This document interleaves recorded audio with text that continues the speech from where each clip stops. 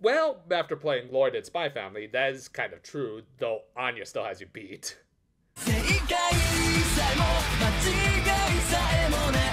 Continuing right from where we left off last time, the Sword Eyes of Light and Darkness proceeded with the hostage exchange after someone who really needs to mask up screwed up their little double cross. Though on that note, Yaiba pointed out they knew that Tsurugi extended offers to both Gordy and Brawl to join their side. To which the second prince of the kingdom explained that he had recognized how both had more personal intentions, like Gordy wanting to support his hometown, and Brawl wanting to carry on the previous king's will, which likely would actually go against Yaiba's intentions. The main reason they were both loyal to Yaiba was more out of societal expectations and obligations, like Brawl's family pushing him into this. And yet, Yaiba didn't seem to notice, or rather didn't care to notice, these more minor details, as he was, at least in his own mind, looking at the big picture, or rather constantly looking down on his subjects rather than on equal grounds like with Tsurugi. Again, neither side is necessarily wrong for having their perspectives, as personal feelings shouldn't overtake our responsibilities,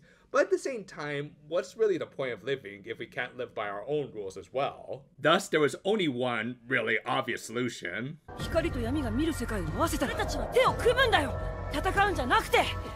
And these words actually left all of the Sword Eyes of Darkness somewhat dumbfounded and unsure who to agree with. The one exception, of course, being Yaiba, who still believed that the best way to resolve all their issues was by putting them all under one roof that he'd rule over. Regardless, they did have an agreement that he'd have to abide by, so Granada was able to return to her younger son, and the two shared a nice moment together, and, well...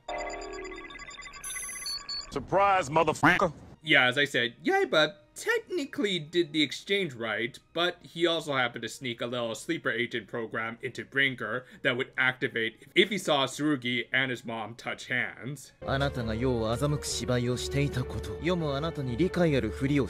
Scummy ass tactics, but damn, that's actually a really good plan. Essentially, he had created multiple contingencies on top of one another, so that eventually he'd be able to get both Rebel and the Sword Eyes of Light in one move. Though, what about the purple eye?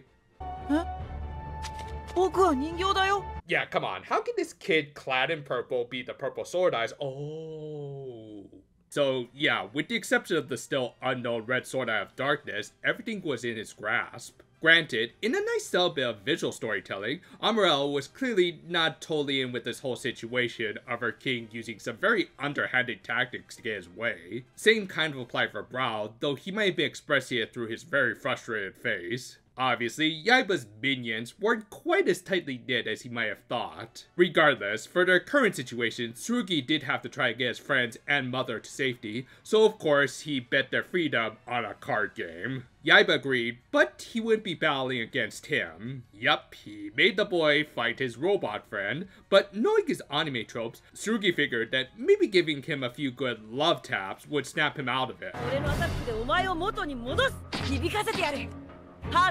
Well, I do believe you more than the cat who sounds like a super shrill Sailor Moon. And with Bringer bricking his opening hand, it seemed like it would be easy, but of course, Yaiba had even more contingencies, as the sleeper agent program also made it so that once it was activated, Bringer circuits would take damage every time he lost a life, and if it reached 0, his motherboard would likely fry. Thus, when it reached Tsurugi's next turn...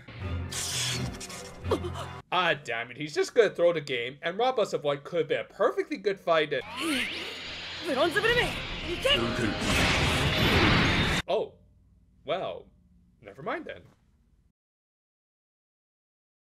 Yeah, for most of the battles, Tsurugi did not hold back. I mean, he didn't use all of his attackers, but you could justify that by him wanting to maintain some blockers. And this would prove to be a wise move, as after using a spell to look at the top cards of his deck, he is able to bring out his ace, the Sagittarius Apollo Dragon, and I just want to remind you, he's using a copy of a deck of a previous protagonist in Don Bashin, so you could say this is a fight between the card anime leads, with Bringer acting as a proxy. Thus, it did feel satisfying when Tsurugi brought out his own ace. And again, even though it understandably took him a second to declare an attack, he ultimately went through with it because, well, they don't really have any other options. If he loses, everyone will be captured, and at least this way, there was a chance that Bringer would snap out of it before his life reached 0.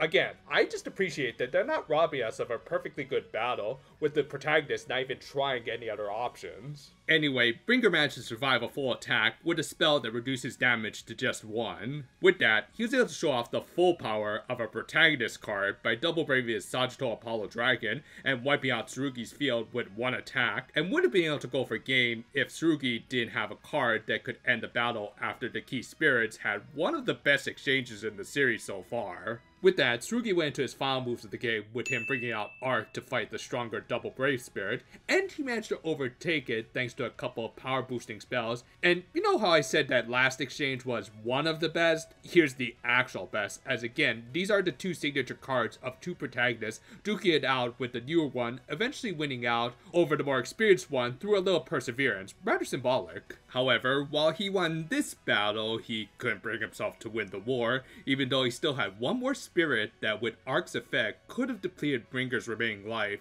in more ways than one. Thus, Tsurugi just ended his turn and didn't defend against Bringer's last 2 attacks on his life, even though he had a perfectly good blocker. And honestly, I'm not against this outcome, as 1, it is justified, as Bringer more than likely would have been permanently shut down if he went through with the attack, and 2, at least Tsurugi tried his hardest to snap him out of it, and played a complete enough game where it was clear that he had actually won. It wasn't one of those force fights that felt all contrived, as both players just did their best, but ultimately chose a plot-relevant conclusion after doing more than enough. Congratulations, guys! You managed to have your cake and eat it too. With that though, and even though they had been captured, they might be able to figure something out, and hey, at least Bringer was safe and— ブラウ、ブリンガーを破壊せ。Oh yeah, they could totally do that too. Yep, our heroes were pretty much royally screwed, and there was nothing else they could do but surrender.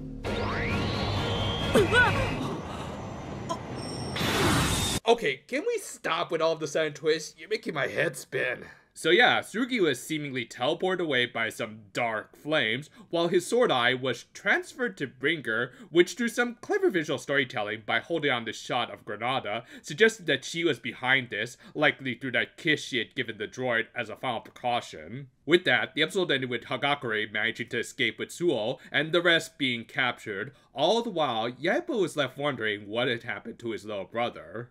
Well, I'm usually not one for the whole fighting the brainwashed friend cliche, especially in my card game anime. I can give this one a pass, if only because they played the damn game. For those familiar with this franchise, it was just neat to see Tsurugi fight an approximation of a previous season's protagonist, and for everyone else, it was just a really good fight with a justified bittersweet conclusion. I think you can also guess what was going on with Tsurugi at the end, and if you do, well, yes, it is that good a twist.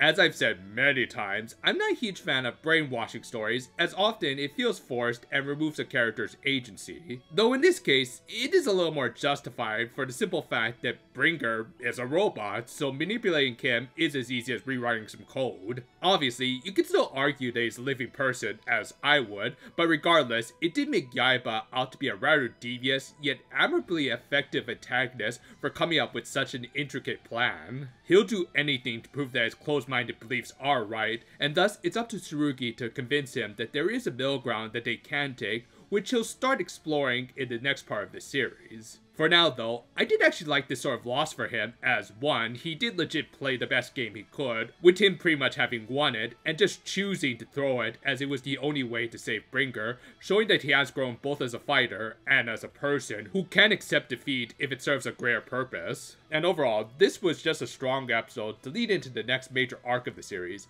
Tsurugi is currently down a sword eye, so he might need to just get a new one. For the next couple of weeks, there won't be any Wednesday videos, as I'll be off with the family on a vacation. Little bad timing, because there is actually something that we could talk about in regards to Ojamajo Doremi, as we're finishing up Moto, but I guess we'll have to save that for another day. Regardless, look forward to some special videos over the Sundays when we're gone. And until then though, farewell for now my friends, and oh, hey Chris, you wanna help with the packing?